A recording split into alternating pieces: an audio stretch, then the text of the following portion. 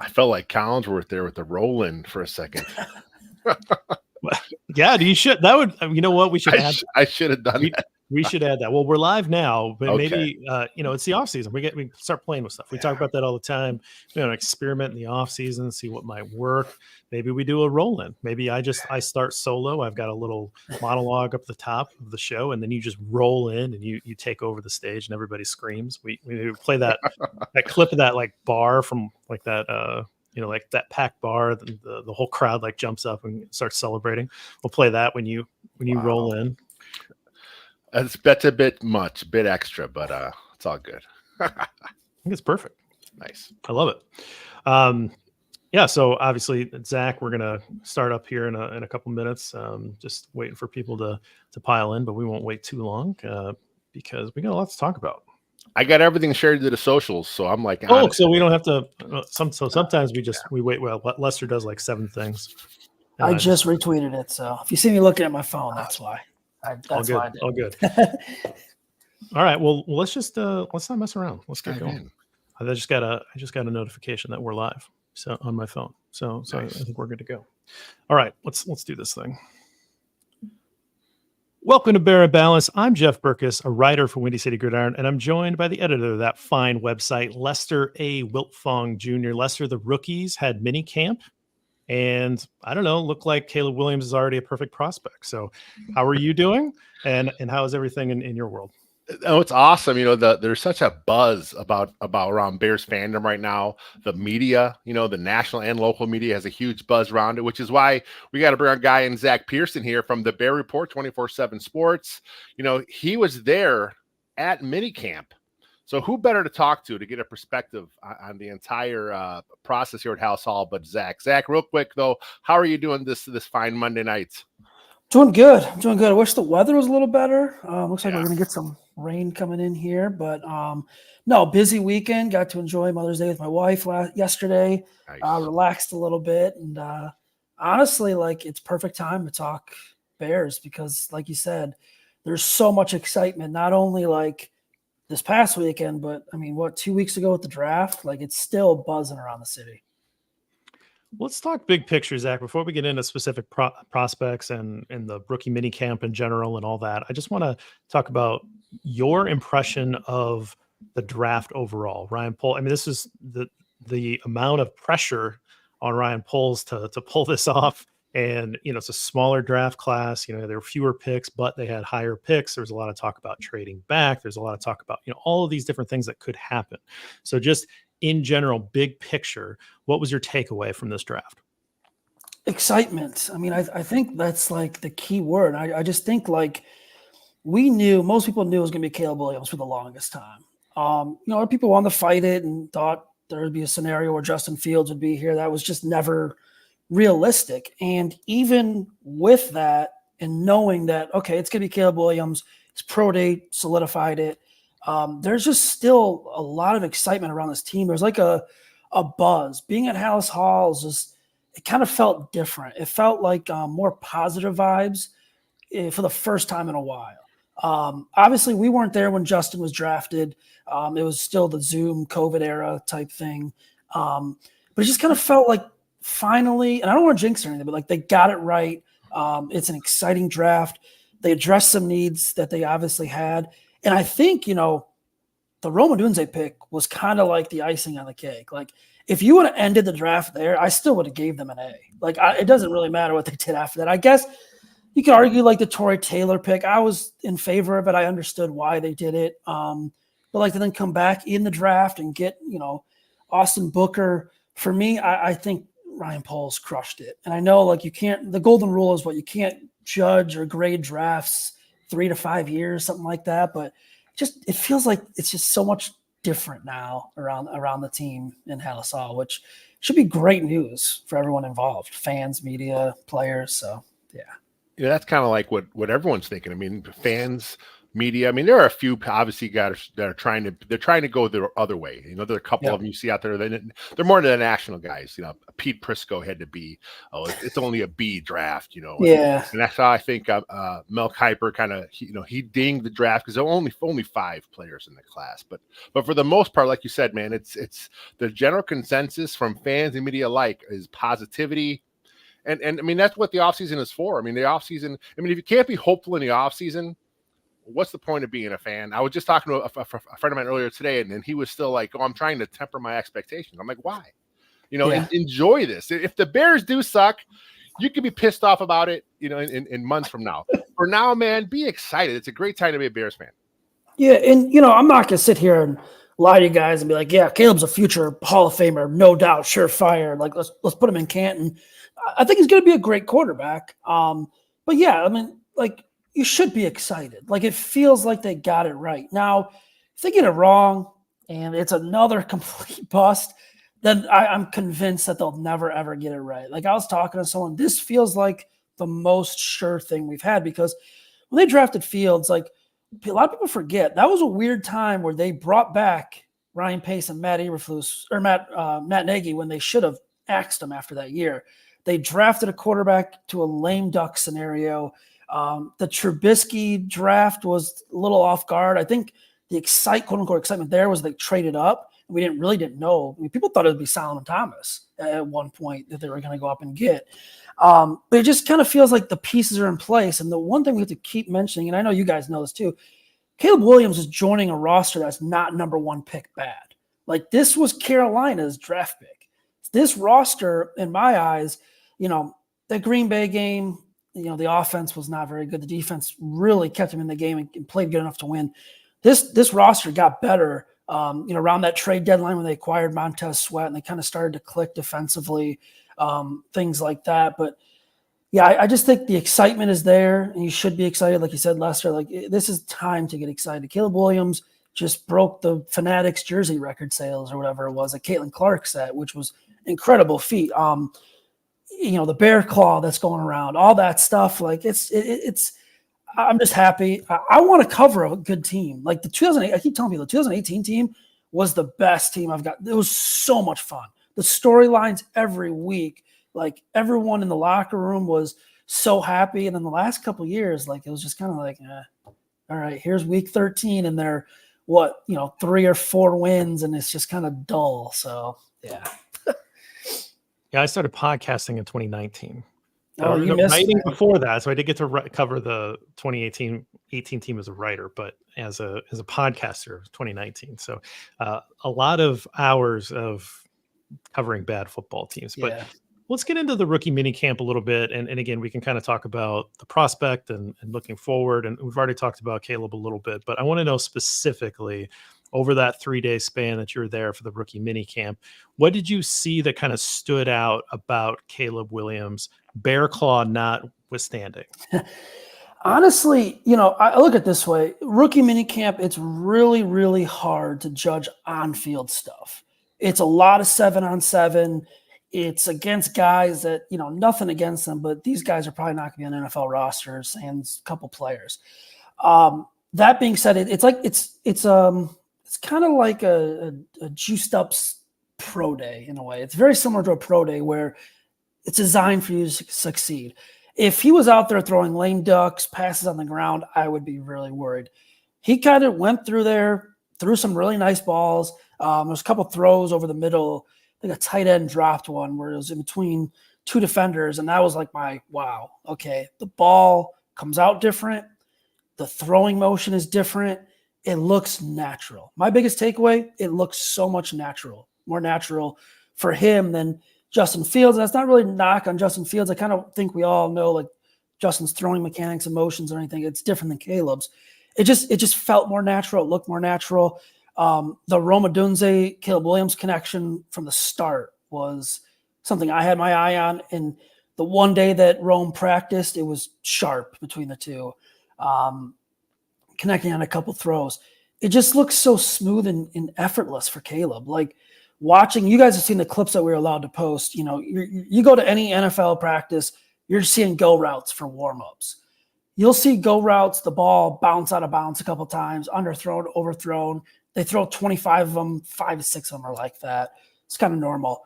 I don't think I remember a rookie mini camp where I saw just consistent one spot, the ball on the go routes. It was just like, okay, there it is. It's right there. It's at that hash, it's just same spot, which was impressive. And I have to mention the off the field stuff too, because, one of the biggest knocks on Caleb from people that, were around USC was that he didn't really speak to the media a couple times after losses. He really wasn't great with the media. It's a big market here in Chicago, like it is Los Angeles. Man, he's just been like nothing but confident, like not like a cockiness, but he carries himself very well. He says, good morning, how you guys all doing to the media. He's, go Bears or Dub Bears after he said that. Going back to his rookie presser, he stayed in that room while Rome did his presser, and he introduced himself to more members of the Bears staff. He watched Rome. He wasn't on his cell phone. He wasn't looking down, just dead eyes. Like it was like a laser was on Rome when he was talking. He just handles himself in just a cool, calm, confident manner. And they love him, man. The coaches are so impressed because he had a little bit of a head start with the playbook scheme type wise, with the cadences, the dropbacks, things like that. And they all praised him on that. And I thought what was kind of interesting was we talked to Kerry Joseph after one practice. And man, he just raved about Caleb. He's like, yeah, the Pivot podcast that Caleb went on, he was like, that was the moment I was like, this guy is off football. So long answer, but I mean, to answer the question, I did like almost everything. Like it's hard to say like, he was shredding the defense because he's supposed to. I mean, there's a couple times where there was a couple drop passes and a pass that probably should have been picked off over the middle, but I'm not worried about that. Like I said, man, he's throwing. Rome wasn't out there that second day. Right now, Freddie Swain made the roster, but he's thrown to a bunch of guys that pretty much aren't going to be here. So, well, and I just want to add that I went to Detroit for the draft, and I went there and made the decision that I was going to sit in the media room because my experience from Kansas City the year before was that the prospects came over pretty quick, and so I didn't want to go down into the draft. It was a sea of humanity. I didn't really want to, and you had to like walk all the way around this pretty big building to try to get back to the press room and like up multiple elevators to get out. Like it was confusing and hard to get to, right? And so I made the decision, like, I'm just going to sit in this interview room and wait for Caleb, because I want to make sure, like, if I miss that, I'm going to just kill, it'll kill me. Now I would have had time because he, like you said, he stuck behind and waited for Rome, and they did a ton more local media and all that. But I literally drove from Des Moines to Detroit and back so that I could be in there for that 5 to 10 minute time, because I wanted to see if I could get a sense. And exactly what you're saying, he didn't have any sunglasses on, which I made the comment on that night that all these other prospects, they're coming in kind of hiding behind sunglasses. He didn't. He was confident, came in, hey, how y'all doing? This is the end of probably one of the longest days he'll ever have in his entire life. Oh yeah. It was like 11 o'clock or something like that. By that point, he'd done all of this media before. This is probably the last room that he's in before he's done for the night. And and people are yelling questions at him. He's taken everyone, like he heard it. He gave a thoughtful answer. It was like they had some meat on it. It wasn't like, yeah, absolutely, and then move on. It was, yeah, and he would, expound, and he would give a good answer, and then he'd move to the next person. And it was just this like control of the room with high confidence. And I thought, okay, like this feels different. This feels like a guy that's kind of got this. Now, he's not going to be the greatest quarterback of all time because he can handle a press room, but he's got the goods, I think, to handle whatever this Chicago media thing throws at him. Right. So that to me was this like really impressive piece of the Caleb Williams factor that you don't really know until you see it. Real quick, he's coming in with a level of celebrity, right? I mean, he's already he's a household name. I mean, already. I mean, a lot of draft picks are this way, but he's already doing, because of the NIL, he's already doing commercials. He's at Dr. Pepper. His face is all over the place. He's at a huge market in LA. He rubs shoulders with celebrities, so he's coming with this level of celebrity, which, some people look at that and say, oh, he's probably cocky. He's a bit too arrogant. And Zach, like you're saying, it's so far to date, that has been the furthest thing from the truth, because he has been humble. He's confident. You hope your QB1 is confident. He has that about him, but there's just this aura about him, and it's like I said, man, it's so exciting right now at this time of year. Yeah, I mean, it doesn't mean much, as far as he has to produce on the field, but he has that part of it locked in, and then there will be some problems at some point. It'll come up that he'll be upset with, but I have no concerns. And when you mentioned the Pivot podcast, that was the one that made a lot of Bears fans say, "Oh, this is the real Caleb Williams." That stuff we've heard on the internet, that was a bunch of BS. This is the real guy, and it was kind of cool to have kind of see his transformation of the narrative around him these last few months. Yeah, and it's what we had to go through, or what he had to go through with all the reports and what was going on. I mean, like, he kept his composure. I think he fired back online a couple times with a couple of guys. It's totally fine. I have no problem with that. But I mean, like you said, like you both said, like, it is rookie minicamp. Like, these things, don't mean he's going to be a great quarterback, for forever, or the greatest quarterback or anything like that. But these are the type of things he's got to do now, where like the on the field stuff's going to come maybe next week or the week after for OTAs and all that stuff, and into training camp.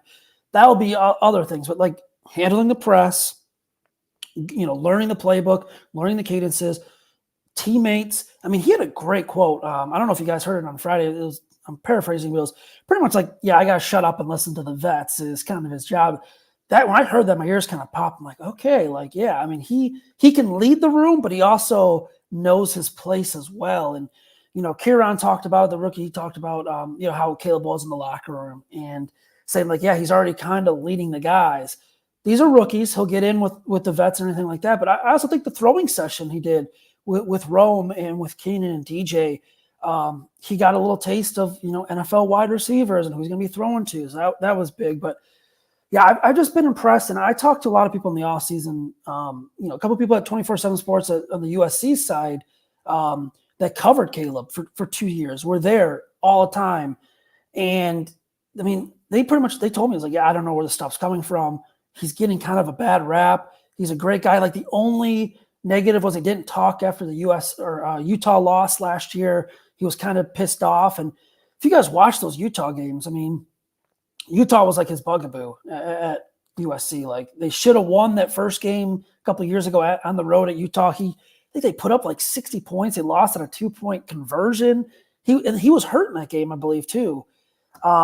So yeah, I mean, everything was just kind of just BS and all that stuff. Like, I do think part of I think it was who was it? Was it Colin Cowherd that had he doesn't want to play in Chicago? Maybe I think there was a little bit to where he was a little concerned, because if you guys remember that report that came out, I think Ryan Poles said he asked the Bears about the quarterback history and why it didn't work. So maybe it was a little there, but I don't knock him for that. Like, if I'm the number one pick, I want to know why it hasn't worked. Like, I want to make sure. And in the end, it didn't really matter, because, I think he loves the Bears, and I think the Bears already love him, and it's just obvious. And how he is as a person is really, really impressive so far. I want to move on to another impressive person, and that's the second first-round pick that the Bears had, and that's Rome Odunze. And, Lester and I talked about this on the post-draft show, and just how impressed I was with him also in that media room. But, he's wearing a suit, and he's looking good. He's cleaning up nice. When I saw him, you got to see him in uniform up close. And so I know he only practiced the one day. And again, all the caveats in the world of rookie minicamp, you can't really tell. But, when I go to camp, there's just these guys that'll pop like, whoa, okay, like, that guy belongs. And I've told stories about, I don't know who that is, who's number 90. Oh, that guy's going to make the roster, because you can tell, right? Yeah.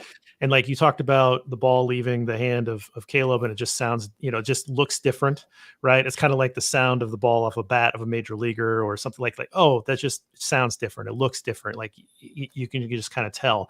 From a physicality standpoint on a route, like kind of like just from a comfort level, did anything pop for you with Rome?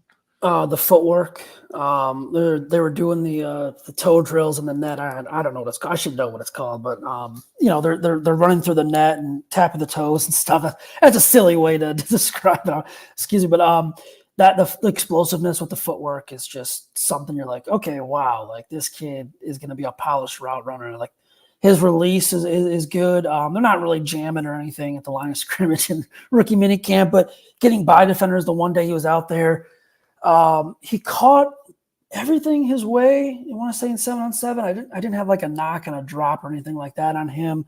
But yeah, man, that quickness is like, okay, like there's something to this guy. I'll be curious to see the route running when he has to go up against, Jalen Johnson, Tyreek Stevenson, Kyler Gordon, what that looks like. The physicality is something I'm going to keep an eye on. But yeah, first thing I noticed was that footwork and getting to that drill and making it look. He was the first person to go in that drill. And I took video of it. And when I watched it back, I'm like, wow, that's some like serious footwork. So yeah, I'll be kind of a little interested to see how he matches up against these Bears DBs, because I think those are going to be some fun battles come training camp. Now you mentioned the injury, right? It was hamstring tightness is what it was reported. Of course, social media is, oh my God, here we go again. I've already saw the Kevin White comparisons. I'm like, don't start this, please. It's hamstring tightness. It's not a pull. It's not a strain. This is nothing but just the Bears being extra cautious with their 9th overall pick, right?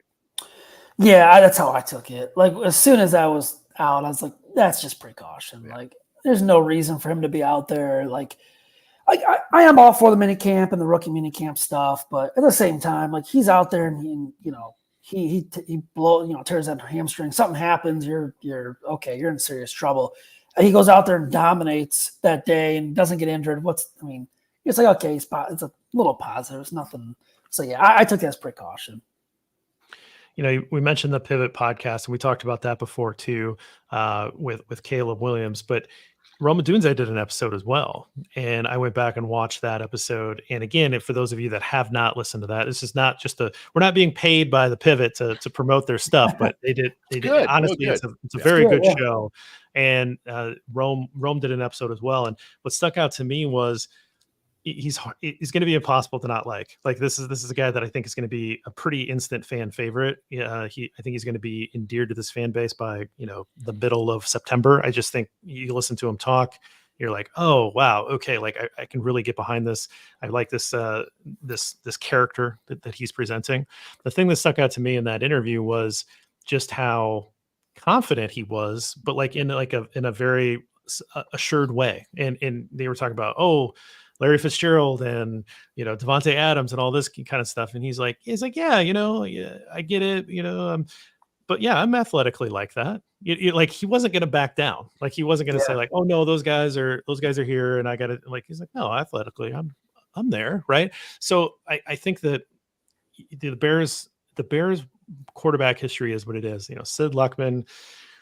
All that, like it's been rough since then. It's been rough since Johnny Lujack retired. Okay, the Bears wide receiver history isn't much better, man. Like they have not had distinct success at the wide receiver position, since Harlan Hill tore his ACL in the 1950s. I mean that's the reality here. The team record is still held by Johnny Morris. It's not a great record. And again, Rome was asked that question, like, what do you think about this record, a franchise record? So. I guess where I'm getting to here is the Bears now have Keenan Allen's in year 13. Maybe he's here for a year, maybe he's here for 3, but he's not going to be challenging any franchise records. But DJ Moore, who's entering the prime of his career, and Rome Odunze, who's looks like he has all the tools to be one of the best wide receivers in the league, are on this team with a young quarterback from the beginning. Like if nothing else, does this signal a change in the franchise like nothing you could have imagined? I hope so. The only thing I can kind of compare it to is remember when they had Marshall and Jeffrey and Bennett and Forte, and that that offense was like, oh wow, okay, like this is something we have never seen with this franchise. I kind of get that vibe a little bit. Like you got 3 guys that could just turn into absolute dogs. Like just go get the ball. And they kind of, Rome can play in different spots too. I believe if you go back and watch his Washington tape, he's kind of moved around a little bit. How I kind of compare this is to it. You mentioned Keenan Allen. Even if he's here for the 1 year, like everyone wants to say like, okay, like we can do the quarterback thing. You get the veteran, teach the young guy. I kind of see it like a little bit like that too. If Allen's only here 1 year, like you have DJ Moore, who just had the best year of his career. He's considered a veteran in this league. You have Keenan Allen, who's been doing this for a long time. You throw in Rome Odunze, who's already worked with them before he was even drafted, throwing with them, learning from them. Now you at least have a mentor, two probably for Rome in this wide receiver room. And everything you said is like he's confident. He's just kind of like Caleb. He's like cool, confident. He's not going to back down from the moment. He's not going to back down from the challenge. He talked about that how competitive that wide receiver room is going to be. That's that for me. I like that. I like, I know I hate saying there's only one football, but I like those guys being competitive, going out and battling against defensive backs. And just listening to Rome talk too. When he told a story about when he was throwing with Caleb and DJ and Keenan. He's like, yeah, I still got to learn from these bets, but I feel like I belong already. And he knows I can do this. I know I can go out there and do this. I love that. And it might not be a monster season for him because they might target, DJ Moore a little bit. They might target Keenan Allen a little bit. That's just reality. They have Cole Kmet. But if it's not a bad season, I still think it's going to be a very valuable season for him to learn from these guys and polish himself as a wide receiver.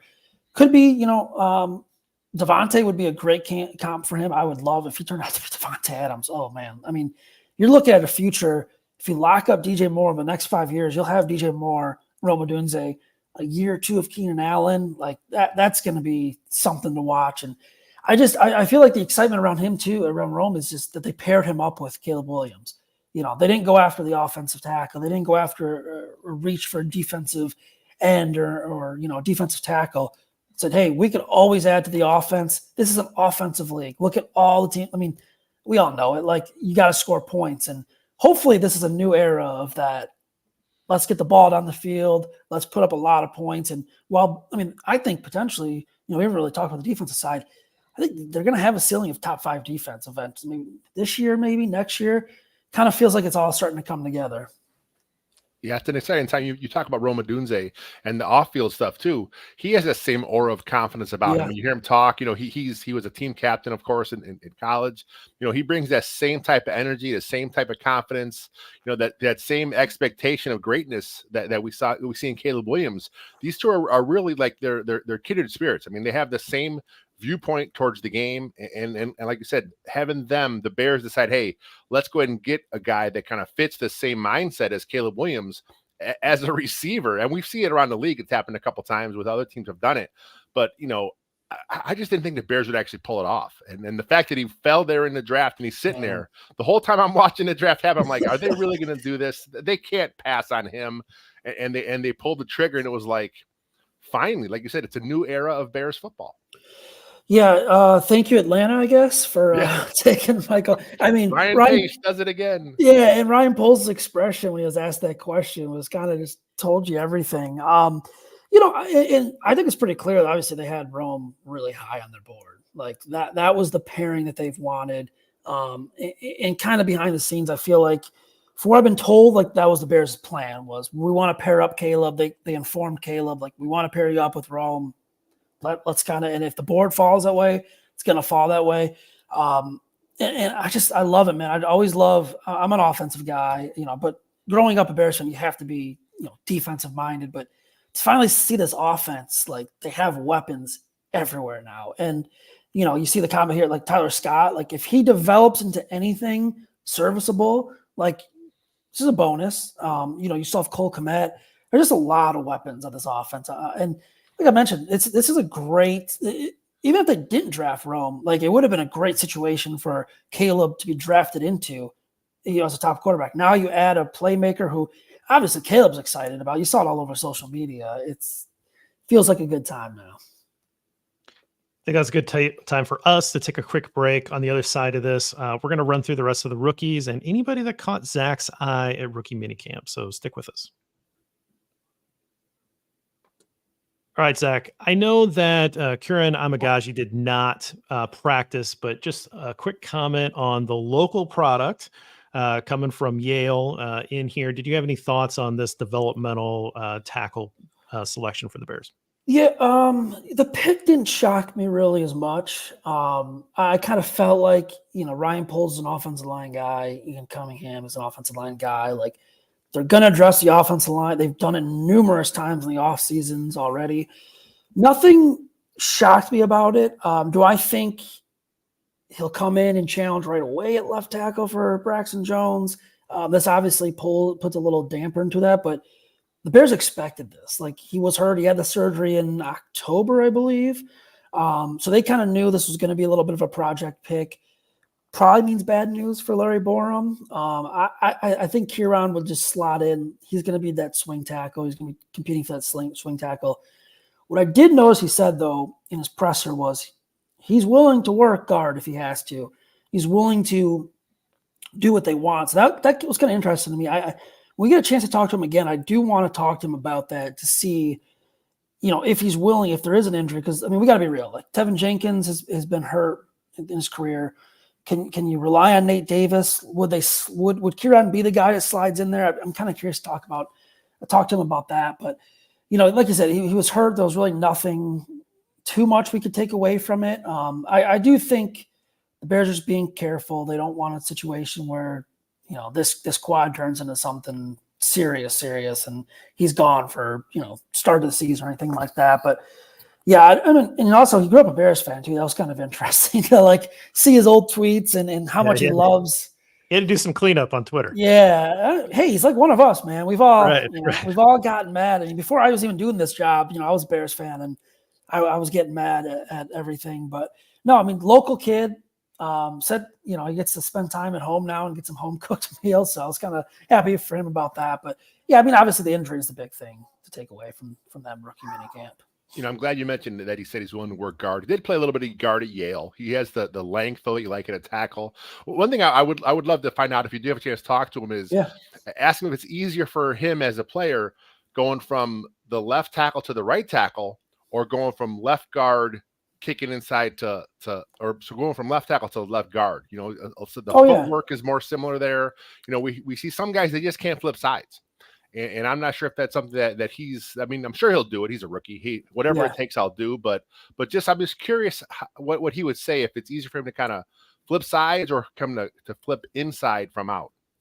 Yeah, no, that is interesting. Tevin Jenkins, he was doing an interview on the Score a couple of days ago. And he mentioned something like he always thought he was going to be a tackle coming out of college and all that. And then the Bears wanted him at guard. I don't know the exact quote. I want to say he mentioned something about being able to switch. Like he can switch, and it's not exactly what you're saying, but he can switch back out to tackle if needed in a pinch. But now that he's done guard, it kind of feels like he's set there. It's easier to switch back there. But no, I'd be interested to hear that too, because when he said guard, I always saw some of his tape at Yale. I always thought, okay, this is like a tackle pick, but when he said he could slot in at guard if he needed to, that kind of caught my attention. I'm very interested to hear more on that as well. I worry about the length, man. That's just me. When you're that long, I think it actually works against you to slide in. Some guys are rare athletes and can kind of do it all, but I think there's a reason why you see those length differences between the two positions. Those D tackles get on you a lot quicker. You got to negotiate the leverage. And if you're too long, it's like guys with really long arms don't always have very good bench press numbers because it just takes so much more effort to get the bench out, right? And you got these guys that kind of have short, stubby arms and they're putting up huge weight. And you're like, wow, that guy's huge. He's got kind of short arms, So I think there's something about that from a leverage standpoint. And that's, a lot of coaches have those thresholds. A lot of those scouts and GMs, they really stick to those thresholds because I think it's from some reality of playing the line. Yeah, and I would be shocked if they fully worked him at guard to start. Yeah. To me, I'm not an O-line expert. I see what I see on tape is best. I'm always learning too. It just kind of feels like you said, the length. I just kind of feel like the swing tackle is going to be the spot for him to contend with and make this roster, or not make the roster, but make an impact. I think he's here to challenge Braxton to make it comfortable for the Bears to move on from Braxton and not re-sign, right? If he's able to get up to speed in 2025 and press for a starting job, that's what I think the goal is with that pick. But all right, let's move on to probably the best pick of all time. This is the fourth rounder, Torrey Taylor, punter out of Iowa. we're big fans of the pick around here. We love the guillotine. I did coin the nickname for the previous punter, and I did enjoy that. But this is, I grew up an Iowa fan. I know how important Tory Taylor was. I also really believe in punting. I think it's actually a pretty cool thing that the league has seen this revolution in punting over the last couple of years, and it's led by a lot of these Australian kickers and a lot of these rugby style kickers that you see now coming into the league. And the Bears, I think, drafted a guy that could be the best among them. Like, he's got all of these different clubs in the bag, right? Like, and you start to see that not only does he got a driver, can he boom the ball, but he's got a loft wedge, and he's got something, he's got backspin. He's got all of these things that I think really speak to this craftsmanship of the punting game that I don't think Bears fans have. Maybe they didn't even know existed, because are you really paying attention to the punter from the Seahawks if you happen to catch a Seahawks game, right? But there are these really interesting punters out here who I think are changing the game. The Bears now have one. So did you see anything? Did anything stick out? I mean, he's a big guy. Yeah. When you see him in person, how did it sound coming off his foot? How about that? He looks like a wide receiver. He looks like he'd be out there and play wide receiver. So the first day we got an up close look. He was warming up right on the field in front of us, probably 15, 20 yards from us.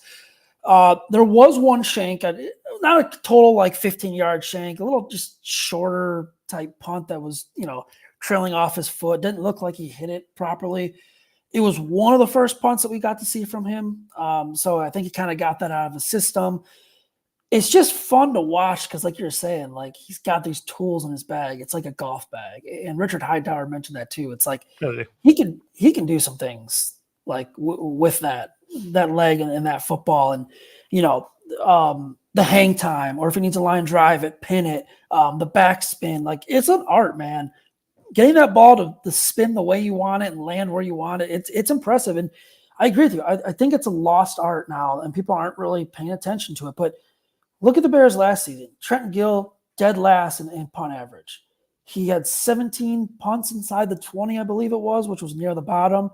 It was not good. It was not good for them. And that's why they took Tory Taylor where they took him. They needed to improve that.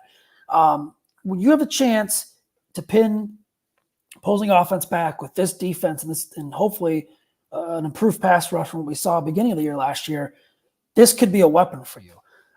When I saw him that first day, outside that one shank, that one kind of shorter kick, to me, it wasn't anything yet like, oh, wow, this is like a mega punt guy, or this is a guy that's all pro.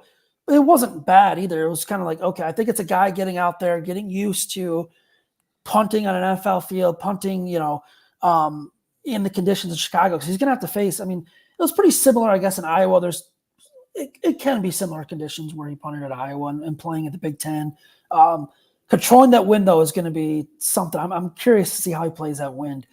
Day two, I'm trying to think back. I don't think they did much punting-wise. We did get to see the new kickoff thing, which was a little interesting.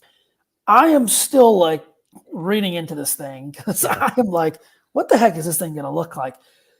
I'd be interested to see if they really do try him out kickoffs and how he does and what they do with that kickoff situation, obviously, because he's never done this this way in the NFL.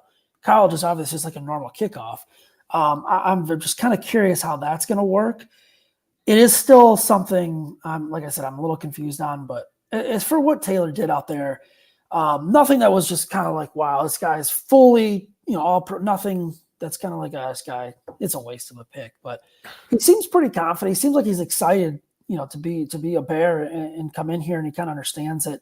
He mentioned he worked out with his trainer in Australia. He talked to his trainer, and I guess he's the trainer he worked with. I forgot the names. They have put a couple guys into college football from Australia. Yeah. So yeah, it'll be interesting to see how he adapts. I did watch, what was it, that Iowa-Wisconsin game? That was a bad one, where there was it was pretty much whoever had the best punter was going to win that game. And guess who had the best punter? Iowa. So Yeah, I mean, they won me a lot of money on those unders. Just keep stacking the unders on Yeah, the Iowa and a game. lot of it was because of Taylor's punting ability. He was a legit weapon for him. So I'm excited about the pick, though. I think they really needed to improve from Trenton Gill, and I think they did. I think Taylor will be pretty damn good here.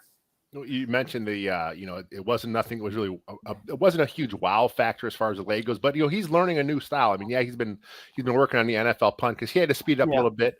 What he did in college is a little bit of a different technique.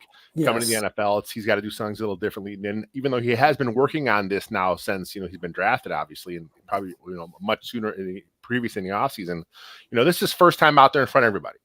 So there may have been a little bit of jitters. He's out there doing his first thing. Like you said, the first one was a shank, and that's, that's always bad news. But what he can do with the ball as far as different levels, placing it here, placing it there, putting a spin on it, taking some power off when he has to, going a sky high kick when he has to. I think that's going to be a benefit to him now when he does do the kickoffs, which we saw last year. Cairo Santos kicked off most of the year, but there were several times when they still put Trenton Gill out there. So this is something the Bears have done in the past. Torrey Taylor has that skill set in him. I think we're going to see him utilized on that as well. Yeah, I'm curious about this whole new kickoff thing. Like I said, I mean, it's very, very interesting. And we kind of got our first look at it. They were on the far field of what they're trying to do and with this new rule. But, yeah, I would agree, Lester. I think they're going to see. We'll see. We'll know in training camp. I think, that extra Hall of Fame game is going to be a benefit not only for players trying to make the roster, but for this new rule. The more experience you get in this and you get to see both guys do it, like that's just a benefit for Richard Hightower. I think it's going to be interesting. That rule is fascinating, and I'm so glad that they're doing it the year that Devin Hester gets into the Hall of Fame, because there's part of it's like, hey, Land, like, let's celebrate the greatest of all time.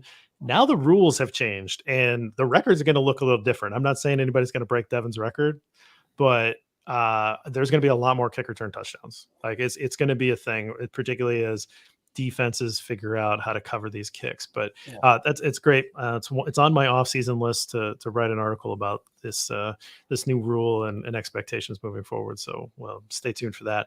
Let's finish up with the fifth round rookie real quick. And again, you're not going to necessarily see anything on the field from a defensive end and rookie minicamp, but from a physicality standpoint, Austin Booker, developmental rush and certainly a path to snaps on this team. There's certainly the ability there for him to get on the field.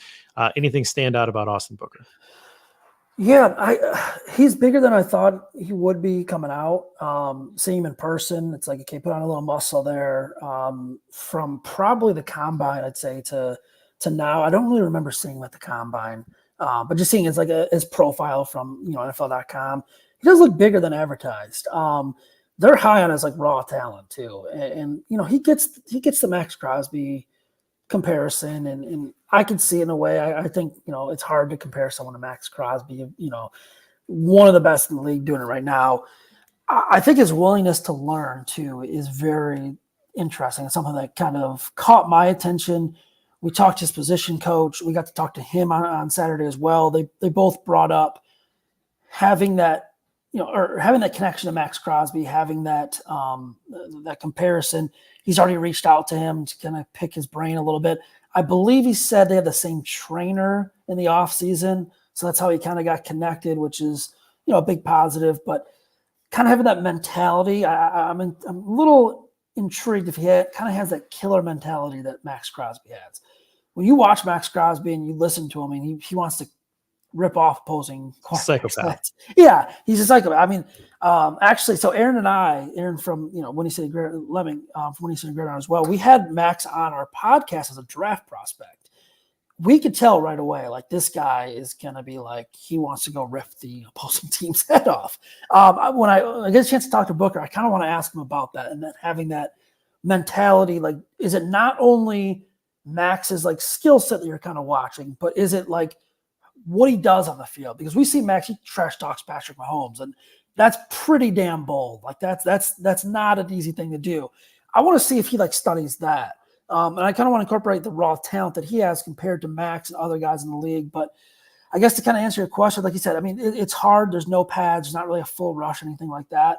I do think his size was what kind of stood out to me in terms of his body frame and athleticism. Maybe, they mentioned him, if I remember correctly, after the draft, they mentioned him as a natural 4-down or 4-3 rusher. So I'll be curious to see what they do there. I if they put him in that spot full time or what. But yeah, I'd be a little intrigued by when we get out there in the pads and get out in training camp to see what he can do against the offensive line. Well, you talk about Booker is so young. I mean, he's a redshirt sophomore. He really only had 1 year of playing in college football, because when he was in Minnesota, he didn't do much. And then even last year at Kansas, he was kind of a rotational guy. So maybe some of that confidence and some of the aggressiveness that'll come out the more he plays, the more confidence he builds. If you look at Max Crosby, I mean, he played a couple years in college at a pretty high level. Yeah. He was only a 4th-round pick as well, but he still had that attitude, the aggressiveness. So I think that's something that may come from Booker. But like you said, the physicality, the size. He did look a little bigger than what you saw on film at Kansas, just in the brief clips we saw online, the pictures. He has the frame. He's 6'5". He can easily add some more weight, and I think he's going to be as JB said, there are a path to snaps for him right now on this roster as it stands. They're going to count him to make a difference. And that's kind of the key thing too. Like he's gonna come in. He's gonna have Montez Sweat. He's gonna have DeMarcus Walker. We'll see if they re-sign Yannick Ngakoue. He's gonna have guys to learn from as well, and guys that can kind of help him, get better and learn the technique and develop into a legit pass rusher. He's also gonna be facing Darnell Wright too, which will be a fun test for him. And that's kind of what you want. It's like kind of like the iron sharpening iron. Like you want your guy to develop. You want him going against a really good tackle in Darnell Wright. So, like I said, I mean, when those pads come on in camp, I'll be kind of intrigued to see where he slots in that rotation. I imagine DeMarcus Walker probably get the first reps. Depends on what they do with Yannick. If they bring Yannick back, do they slot in Walker a little too on the inside? I don't know. I'd be kind of interested to see what they do with that whole rotation moving forward. Well, let's move on to the last segment here. So any guys that were in that undrafted free agent bucket, or maybe the rookie tryouts that ended up signing or maybe not signing, any of those guys just from like a physicality standpoint or anything just kind of jump out at you and be like, oh, this guy looks like he's got some explosion to him or some interesting traits? I was very intrigued when they announced that Freddie Swain would be on the tryout. Now, he's not a rookie, but he was a 4th-year guy, wide receiver. I remember watching him a little bit at Florida. I'm like, this guy's got a little juice. Ended up in Seattle. I think he was with a couple other teams like Miami. He caught a nice touchdown pass from Caleb in red zone drills on the second day. Ball like the back corner of the end zone, and Swain kind of made a nice adjustment on it.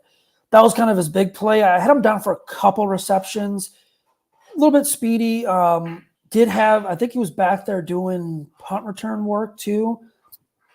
I didn't look to see how much he's done in his career at that. I don't know if that was just we don't have enough bodies, or if they're like, we want to try him out at punt return and give him a chance to make this roster. Obviously, he was signed today, so I think that kind of helped. He was one guy.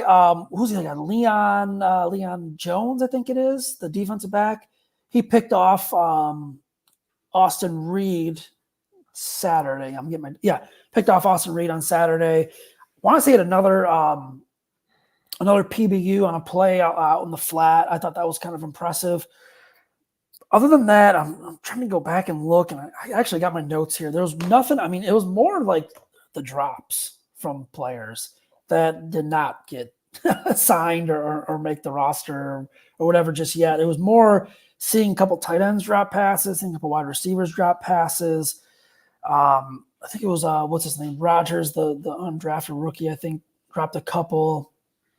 Yeah, really nothing. Like I was joking with people, and I hate to say it because like these are guys probably won't be around long, or anything like that. But without Caleb and Rome out there, it probably would have been one of the most least exciting rookie mini camps. I remember a couple years ago they had a couple of guys, a couple of quarterbacks that just it was pretty bad. That it was like, okay, this is not exciting, but. Yeah, no, honestly, and I expected someone like Freddie Swain to impress. You should. You're you're a fourth, fifth year guy. Like you should, in these rookie mini camps, dominate. But Leon Jones, probably the best of the guys that were, after Swain. Jones has good length. I believe Yep. he's 6'1". He looks pretty good. The stuff you see with him on tape from college. You talk about Swain real quick. Yeah, he was Seattle's primary punt returner his last year in the league, and that's also when he spent a year with Shane Waldron. So there's some familiarity there with the offense coming in. So he may be one of these guys that kind of sticks around most of training camp just because he already knows the terminology. He knows what's expected of him out of Shane Waldron, kind of help out some of a guy like Scott, kind of help him out there. But like I said, he is a veteran, but he's 25, 26 years old, coming here in a couple months. So he's a younger veteran, good athlete. He'll push Dante Pettis for punt returner possibly. And right now, there's no one on the roster. I mean, I don't want to see Dante Pettis back there again this year. I mean, I'd much rather see a guy like Swain get a crack at it and see what he can do. I think it gives you a little more as a receiver as well. Well, and you can also, with the kickoff rule, if I understand it right, you can have two guys back there inside the 20. So I'd be kind of interested. Do they put two speedy guys back there? Do they put maybe speed guy, a little more of a bulky guy who can block a little bit? Would you pair like Valus and Swain back there? But I'm kind of with you. Like nothing against Dante Pettis, but if you got someone Freddie Swain, I think 4.46 or something like that, you ran at the combine. And he's a veteran too. Like he has been in the NFL. He has experienced Shane Waldron's system. Don't think he played anywhere last year or bounced around in practice squads. But yeah, I mean, there's an opportunity to make a name for himself in training camp again. Outside of the three registers we talked about, Tyler Scott, there's, Valus is going to make this team, I believe, solely on special teams purposes. There'll be an opportunity in special teams where guys win jobs. It's a numbers game. So that could benefit them in the end. Good stuff, Zach. Really appreciate you hopping on with us, talking to us about rookie minicamp. One of the best beat writers on the beat. You guys are too kind. You're too kind. No, we love your stuff. We love sharing your stuff. Where can people find you? Yeah, so you can follow me on Twitter at Zack, ZACK_Pearson. My work's on thebearreport.com. Picks for, not picks. Well, we do have a Picks for Polls podcast there, guys, but the Bear Report podcast, myself and Aaron Lemming do it.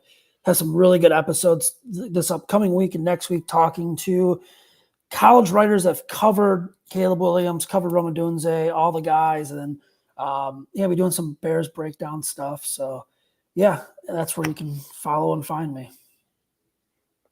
Well, good stuff. We appreciate it. We're going to stick around a little bit for the folks on YouTube. For those of you that are listening, thank you so much. And until next time, bear down. Comments are popping. What do we got, Lester? Right away, we got to go with Chris Armstrong. She's a longtime fan of the show. It's the Matt Eberflus. He's still there. There was a lot of negativity around the Bears not moving on from him. But this is a new Flus now, right? I mean, he looks differently. He has a different aura. We talk about the aura. He has a different aura about the Flus now too.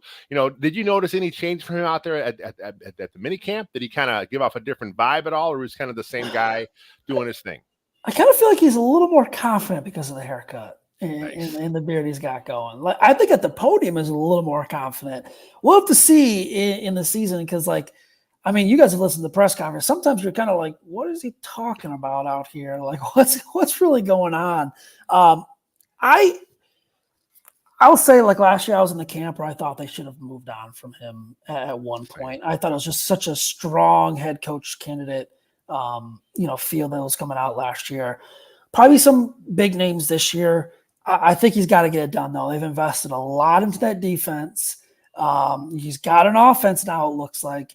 He's got some new coaches. I think he's got to get it done. I think if they have a disaster year, they'll probably move on. I think, it's probably easier for him to save his job this year than lose it. But, man, if you don't see results this year and they're kind of struggling, the defense goes down, I think the hot seat will be there towards the end of the year. Yeah, you got to worry that there's a real cap on how good this team can be in the future because of some of those just ingrained mentalities that he may have. Like, he may not have the mentality to win a championship in modern football. I've just kind of putting it out there. But if he's able to grow and change, we all have that ability in us. But it's kind of that the scorpion and the toad, right? At some point, he's just going to sting and he's just going to drown because he just can't help himself, right? Yeah. Yeah. There's a little bit of that with that defensive coach mentality, but the swagger is a thing. Maybe he had a near coaching death experience, right? Like he almost lost his job, and he's like, all right, I'm a new guy. Like I'm open to criticism. I'm open to taking what you give me, and maybe I'll incorporate some of this new age football stuff into how I approach things. But Yeah. I wanted to highlight this. Gabriel's given us the claw, and Lester, it looked like you were big time into that. I retweeted a picture of you giving the claw out. That's big time. It's a kind of odd someone is my age throwing up the claw. So I said, look, that's my one only time I'll do it. It's there, it's fun, it's but man, it's wild how it's just such a thing. It just kind of took on from draft day. He threw it up, and it's just taken on a life of its own, and it's everywhere. Everyone's doing the claw. It's ridiculous. It's fun. I can't do it. I'm out there because media. I'll get my credential revoked. But no, I think it's just fun. It's fun as long as you're winning, man. It's all that matters. Yeah, I think it's one of those things that's I don't know. Someone's going to say it's corny, or somebody's going to say it's like, who cares? It's harmless. It's fun. There's a ton of that throughout the league of different teams kind of getting into this, and I think that it's like it's really universal. Like I think you're going to see a ton of like family shots of kids getting into this, and there's something really kind of cool and endearing about it. And so I get that, like the hardcore football fan who's 50 years old is going to be like, I don't know about that, but I don't know. I've seen plenty of people that are already into it and posting pictures of themselves doing it. I think he kind of tapped into something. It's kind of cool. He did the fight on it at USC all the time. So he's kind of, I could see where he was kind of like, we need something here. Like, let's get the swagger back with this franchise. He's digging into the fan base. Like I mean, that's one of those where it's like, oh, I think he sees the fan base. That's pretty cool. Like that's not something that you necessarily see all the time. And he's kind of gone out of his way to try to incorporate that and bring that in. So again, like winning the hearts and minds is it's not nothing. There's something to that. Yep. Yeah, we've got some puns going on in the chat. All roads lead to Rome. Rome, if you want to. I mean, I've got a piece I'm working on that I'm going to title it "Rome is where the heart is," because I think that he's going to be the heart of this team. Like, it's a great name. It's also a great name to do wordplay with. I mean, I'm probably going to write way too many podcast titles and article titles that are too much wordplay with Rome's name.